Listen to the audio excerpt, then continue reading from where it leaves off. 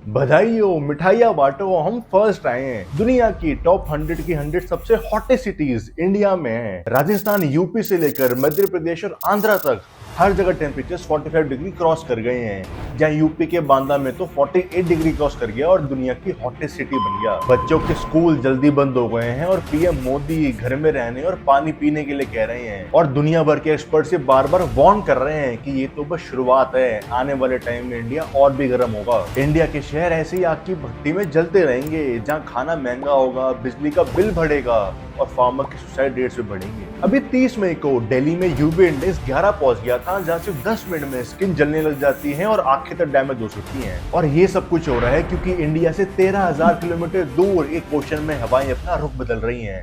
और अगर ऐसे ही चलता रहा तो 2050 तक इंडिया में इस समय देश के ज्यादातर हिस्सों में बहुत गर्मी पड़ रही है। ऐसे मौसम में अपना ध्यान रखना बहुत जरूरी है। इंडिया हिस्टोरिकली एक गर्म देश ही रहा है। ये ट्रॉपिकल और सब ट्रॉपिकल क्लाइमेट रीजन में आता है, जहाँ पे ट्रॉपिक ऑफ कैंसर हमारे देश के बीच में से जाती है। इसी वजह से कुछ महीने सूरज की किरणें सीधा हमारी जमीन पे पड़ती है और टेम्परेचर बहुत ज्यादा बढ़ जाता है। राजस्थान, गुजरात, मध्य प्रदेश, तेलंगाना, आंध्र प्रदेश, इन सभी स्टेट्स में तेज गर्मी पड़ना बहुत ही कॉमन है। लेकिन प्रॉब्लम गर्मी के होने का नहीं है। प्रॉब्लम ये है कि जो गर्मी हम आज देख रहे हैं उसकी इंटेंसिटी, फ्रीक्वेंसी और ड्यूरेशन तीनों बदल चुकी है। जो हाई टेम्परेचर्स पहले रेयर हुआ करते थे अब वो नॉर्मल सी में आ गए हैं। 2022 में ही इंडिया के 16 स्टेट्स में 280 हीट वेव के दिन थे। ये देखो, ये इंडिया का मैप है जो दिखाता है कि 2025 से 2055 तक इंडिया में क्या चेंज आएगा। ये जो पिंक कलर इंक्रीज हो रहा है ये हीट वेव के दिन इंक्रीज हो रहे हैं, और जो ये लाल कलर इंक्रीज हो रहा है ये टेम्परेचर इंक्रीज हो रहा है जो 2 डिग्री तक जा रहा है। आपके फोन में आपने नोटिस भी किया होगा कि आजकल कितनी बार हीट वेव के अलर्ट्स आते हैं। सिर्फ 2024 में ही हीट वेव से बेहोश होने के 40,000 केसेस आए थे। इंडिया में हीट वेव तब डिक्लेयर करते हैं जब इंडिया के प्लेन्स रीजन में 40 डिग्री टेम्परेचर क्रॉस कर जाए, कोस्टल एरियाज में 37 डिग्री और या फिर अपने नॉर्मल टेम्परेचर से 4.5 डिग्री टेम्परेचर ज्यादा हो और ये लगातार 2 दिन चल रहा हो। और ये डेफिनेशन थोड़ी वेग सी है क्योंकि कभी कभी प्लेन्स का 40 डिग्री और कोस्टल का 37 डिग्री, उसके बावजूद भी कोस्टल्स में ज्यादा गर्मी होती है। जो एक एरिया का टेम्परेचर आप अपने फोन में देखते हो वो सिर्फ एयर का टेम्परेचर है, आपकी बॉडी वो टेम्परेचर फील नहीं करती। यानी एक्चुअल टेम्परेचर और फील टेम्परेचर ये 2 अलग अलग चीजें हैं। लेट्स से 2 शहर हैं, एक में 45 डिग्री टेम्परेचर है और ह्यूमिडिटी 20% है, और दूसरा बी शहर है जहाँ पे टेम्परेचर 38 डिग्रीज है लेकिन ह्यूमिडिटी 70% है। तो चांसेस है कि बी शहर में आपको ज्यादा गर्मी लगेगी क्योंकि आपकी बॉडी स्वेटिंग से वो हीट निकाल ही नहीं सकती है। आपको ज्यादा एक्स्ट्रा स्लो और डिजी फील होगा। लास्ट कुछ सालों में हीट वेव के दिन बढ़ते जा रहे हैं और इससे जाने भी एक्स्ट्रा जाती हैं। 90 से देखो तो 1998 में 2500 लोगों की जान गई थी, 2022 में 1030 लोग मरे और फिर 2015 में भी 2500 डेथ्स हुई हैं। 2016 में तो इंडिया ने ऑल टाइम हाई टच कर दिया था, जहां राजस्थान की फलौदी में 51 डिग्री टेम्परेचर हो गया था। गुजरात के कुछ एरियाज में लोग कह रहे थे कि सड़क पर चलने से उनकी चप्पल तक चिपक रही थी। ये कोई साइ-फाई मूवी की बातें नहीं है, ये रियल इवेंट्स हो रहे हैं। उड़ीसा के तितलागढ़ में 47.6 डिग्री टेम्परेचर रिकॉर्ड हुआ, आंध्र प्रदेश के ओंगोल में एवरेज 43 डिग्री रहा और कोलकाता में 2 टैक्सी ड्राइवर्स की हीट स्ट्रोक से मौत हो गई, जिसके बाद ड्राइवर्स ने दोपहर में गाड़ी चलाने से मना कर दिया। एक स्टडी हुई थी जहां इंडिया के 10 सिटीज को एनालाइज किया गया और उसके बेसिस पे ये निकला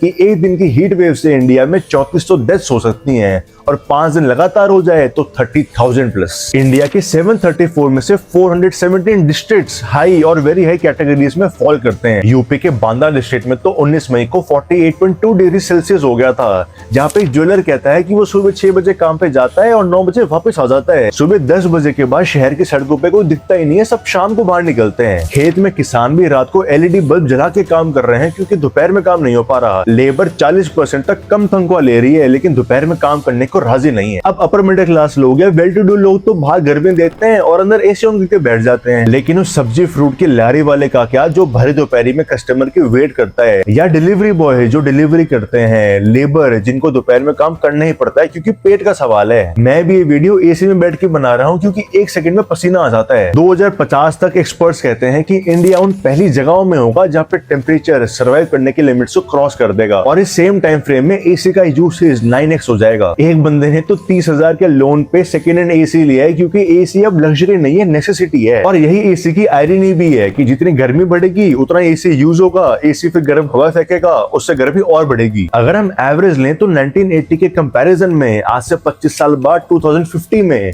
ठंड के 15 दिन कम हो चुके होंगे और गर्मियों का 1 महीना भर चुका होगा। और इसमें कंसर्निंग बात है कि जिन सिटीज को हम स्मार्टली डेवलप कर रहे हैं वो गांवों से भी ज्यादा गर्म हो रहे हैं, कभी कभी तो 10 डिग्री तक ज्यादा है, जिसका रीजन है अर्बन हीट आइलैंड इफेक्ट। जो गांवों के अंदर पेड़ पौधे खेत तो ग्रीन कवर है, शहरों ने उसी को कांच के बिल्डिंग्स, कंक्रीट की रोड और स्टील से रिप्लेस कर दिया है। जैसे मुंबई में ऑलरेडी गर्मियों के 15 दिन ऐड हो गए हैं, बेंगलोर में 11, भोपाल जयपुर में 7 और दिल्ली में 6 दिन। 2050 तक इंडिया की नियरली 50% पॉपुलेशन शहरों में रह रही होगी, तो ये बहुत ही सीरियस थ्रेट बन चुका है। और ये इफेक्ट सिर्फ प्लेन्स तक लिमिटेड नहीं है, जम्मू एंड कश्मीर और लद्दाख के डिस्ट्रिक्ट में भी 15 दिन गर्मियों के बढ़ गए हैं। तो ये प्रॉब्लम की सीरियसनेस बहुत ज्यादा है। और चलो दिन तो गर्म है ही, साथ में रातें भी गर्म है। इंडिया के सारे शहरों का इंफ्रास्ट्रक्चर कंक्रीट, सीमेंट और स्टील पर टिका हुआ है, जिनका हाई थर्मल मास होता है, जो दोपहर में तो हीट को एब्जॉर्ब करते हैं और रात को वही हीट को रिलीज करते हैं। ऊपर से अब पेड़ भी लगना बंद हो गए हैं। उल्टा उनकी इंपॉर्टेंस को ना ध्यान देते हुए सिर्फ एस्थेटिक्स के लिए शहरों के अंदर पाम ट्रीज लग रहे हैं,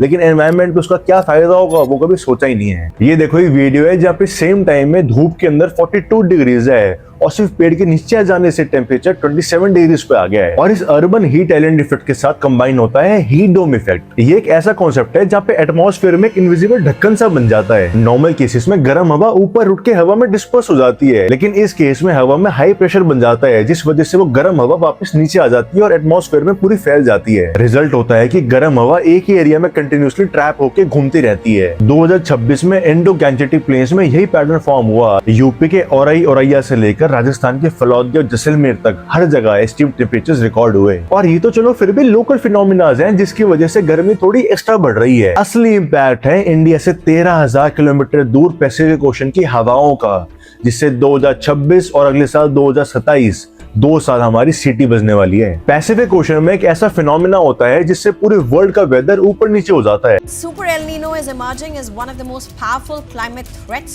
Are developing Super El Nino in the Pacific Ocean. It could be the strongest in 140 years. Now, the last major El Nino. El Nino एक स्पेनिश वर्ड है जिसका मतलब है लिटिल बॉय, लेकिन इसका सिर्फ नाम ही छोटा है। तो पैसिफिक ओशन की इक्वेटोरियल स्ट्रिप में गर्म पानी फ्लो करता है और साथ में तेज हवाएं भी चलती है। नॉर्मल केसेस में ये हवाएं ईस्ट टू वेस्ट चलती है, यानी हवाएं साउथ अमेरिका से इंडोनेशिया और ऑस्ट्रेलिया की तरफ फ्लो करती हैं, जिससे इस साइड में पानी गर्म हो जाता है और वो पानी हवा में इवेपोरेट होकर बादल फॉर्म करके बारिशें करवाता है। इंडिया में भी इसी वजह से अच्छा मानसून होता है, लेकिन कुछ सालों के गैप में यह हवाएं वीक पड़ जाती हैं और ऑस्ट्रेलिया ना जाके वापस अमेरिका ही चली जाती हैं। और यही है एल नीनो। इस केस में सारा मानसून अमेरिका की तरफ शिफ्ट हो जाता है, जहाँ पे वहां तो बाढ़ आती है और यहाँ इंडोनेशिया, वियतनाम, ऑस्ट्रेलिया, इंडिया हर जगह सूखा पड़ता है। ये एल नीनो की स्ट्रेंथ मेजर होती है कि अगर वो नॉर्मल से 2 डिग्री गर्म है तो वो सुपर एल नीनो होता है। लास्ट टाइम ये 1877 में आया था, जब इंडिया में 50 लाख से 1 करोड़ लोगों की जान चली गई थी। इसका इम्पैक्ट इतना बड़ा है कि ऑस्ट्रेलिया में आज तक जितने भी ड्रॉट्स पड़े हैं उसमें से मेजोरिटी एल नीनो का ही आता है। और अब 2026 में भी बिलो एवरेज रेनफॉल की प्रेडिक्शंस आई। फनी बात तो यह है कि पूरी दुनिया का मौसम इस पैसिफिक ओशन की हवाओं पर डिपेंडेंट है और इस एल नीनो का मल्टी इफेक्ट है। बारिशें कम होंगी तो हमारे पानी के रिजर्वोयर्स नहीं भरेंगे। इंडिया में आज 161 ऑफिशियल वाटर रिजर्वोयर्स हैं, जहाँ पे इन 3-4 महीनों की बारिश से हमें 12 महीने पानी मिलता है। लेकिन पानी ना होने से फिर वाटर कट्स होंगे, बारिश नहीं होगी तो फसल नहीं होगी, फसल नहीं होगी तो मार्केट में सप्लाई कम आएगी और सब्जियों के प्राइस बढ़ेंगे। टमाटर और प्याज जो 30 रुपए किलो के बिकते हैं उनका प्राइस 100 के पार जाएगा। इसके बाद हमारे पावर कट शुरू होंगे। इंडिया की electricity demand already record level 250 gigawatt cross कर गई है और इसमें 10% बिजली हाइड्रो पावर से आती है, जो अगेन रिजर्वोयर्स पे डिपेंडेंट है। इसके अलावा इंडिया इस हाई पावर डिमांड को मीट करने के लिए कोयला भी एक्स्ट्रा जला रहा है। आज इंडिया की 70% इलेक्ट्रिसिटी कोयला जला के ही आती है, जिस वजह से इंडिया पूरे वर्ल्ड का 3rd लार्जेस्ट CO2 एमिटर बन गया है। जब ये एल नीनो 2016 में आया था तो 2500 लोग मरे थे,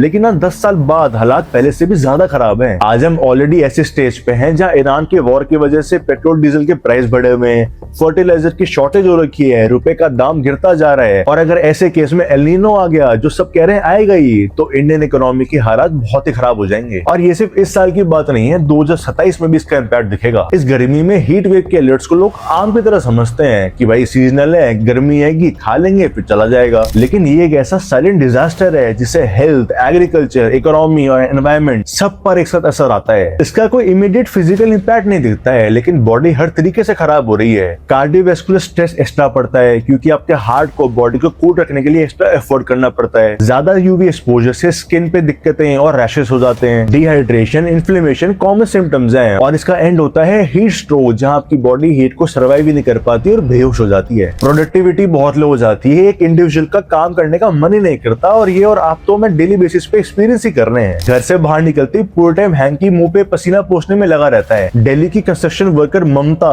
दिन में 12 घंटे धूप में काम करती है और इंटरव्यू में बताती है कि बाहर काम करना लगता है जैसे गर्म ओवन में खड़ी हूँ, लेकिन फिर भी वो काम करना रोक नहीं सकती है क्योंकि फैमिली की रोजी रोटी उसी पे डिपेंड करती है। इसी तरह एक वेल्डर मोहम्मद सलीम खान कहता है कि उसे गर्मी के बावजूद काम करना ही पड़ता है क्योंकि और कोई चॉइस ही नहीं है। और इंडिया में ऐसे ममता और सलीम जैसे लाखों करोड़ों लोग हैं जिसके पास इस गर्मी में भी काम करने के अलावा कोई ऑप्शन नहीं है। यूनेस्कैप के अकॉर्डिंग इंडिया में गर्मी की वजह से 2030 तक डेली वर्किंग आवर्स का 5.8% कम हो जाएगा। 2030 तक ग्लोबली 8 करोड़ जॉब्स गर्मी की वजह से लूज होंगी, जिसमें सिर्फ इंडिया में ही 3.4 करोड़ जॉब्स लूज होंगी। रिपोर्ट्स बताती हैं कि अगर ऐसे चलता रहा और इंडिया में 3 डिग्री टेम्परेचर बढ़ गया तो चावल की खेती 24% कम हो जाएगी, गेहूं की 11% और कॉर्न की 21%। और सिर्फ प्रोडक्शन ही कम नहीं होगी, इनकी न्यूट्रिशनल वैल्यू भी काफी कम हो जाएगी। चावल, गेहूं, बारले इन सभी में 7 से 15% प्रोटीन कंटेंट कम हो जाएगा। और इस सभी के बीच हिमालयन ग्लेशियर्स भी अलार्मिंग स्पीड से मेल्ट हो रहे हैं, जहां पर प्रोजेक्शंस हैं कि सेंचुरी के एंड तक 70 से 80% ग्लेशियर्स डिसअपीयर हो चुके होंगे, जिससे हमारी नदियों में पानी कम आएगा, जो कि लाखों करोड़ों इंडियंस की लाइफलाइन है। यूनिसेफ के अकॉर्डिंग 2050 तक दुनिया का हर एक बच्चा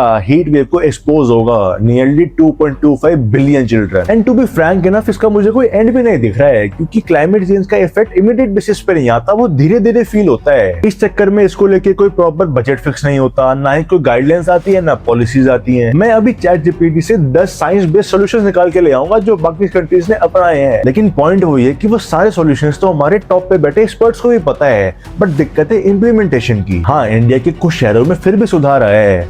2010 में अहमदाबाद ने हीट एक्शन प्लान लॉन्च किया था, जिसके बाद गर्मी के अंदर मोर्टेलिटी रेट 27% कम हो गई है। हर साल 1100 से ज्यादा डेथ्स अवॉइड हुई हैं और 2014 और 15 में 2380 जानें बच गई थी। All over the world solar और विंड एनर्जी जैसे ग्रीन एनर्जी सोर्सेज का भी इम्प्लीमेंटेशन काफी फास्ट हो रहा है। जो सोलर प्लांट्स पहले काफी महंगे हुआ करते थे, अब टेक्नोलॉजी की वजह से काफी सस्ते लग गए हैं और गवर्नमेंट भी इसको सब्सिडी देकर अच्छा प्रमोट करती है। आज इंडिया के सामने चैलेंज सिर्फ बढ़ते टेम्परेचर का नहीं है, बल्कि सर्वाइवल और अडेप्टेशन का भी है। हीट वेव के दिन लगातार बढ़ते ही जा रहे हैं और वो नॉर्मल सी में आ गए हैं। इसलिए हमारे अगले कुछ सालों में किए हुए एफर्ट से डिसाइड करेंगे कि हमारी अगली जनरेशन कैसे पैदा होगी और क्या वो सर्वाइव कर भी पाएगी। आप इस उबलती हुई गर्मी में खुद को कैसे बचा रहे हो, tell me in the comments below. जाने से पहले चैनल को सब्सक्राइब करते जाओ। मैं मेरी टीम आपके लिए हर हफ्ते ऐसे इन्फॉर्मेटिव वीडियोस लेकर आते हैं, तो please subscribe to the channel and hit the bell button. आप बाकी इन्फॉर्मेटिव वीडियोस भी यहाँ पर क्लिक करके चेक कर सकते हो। मिलता हूँ आपसे नेक्स्ट वीडियो में।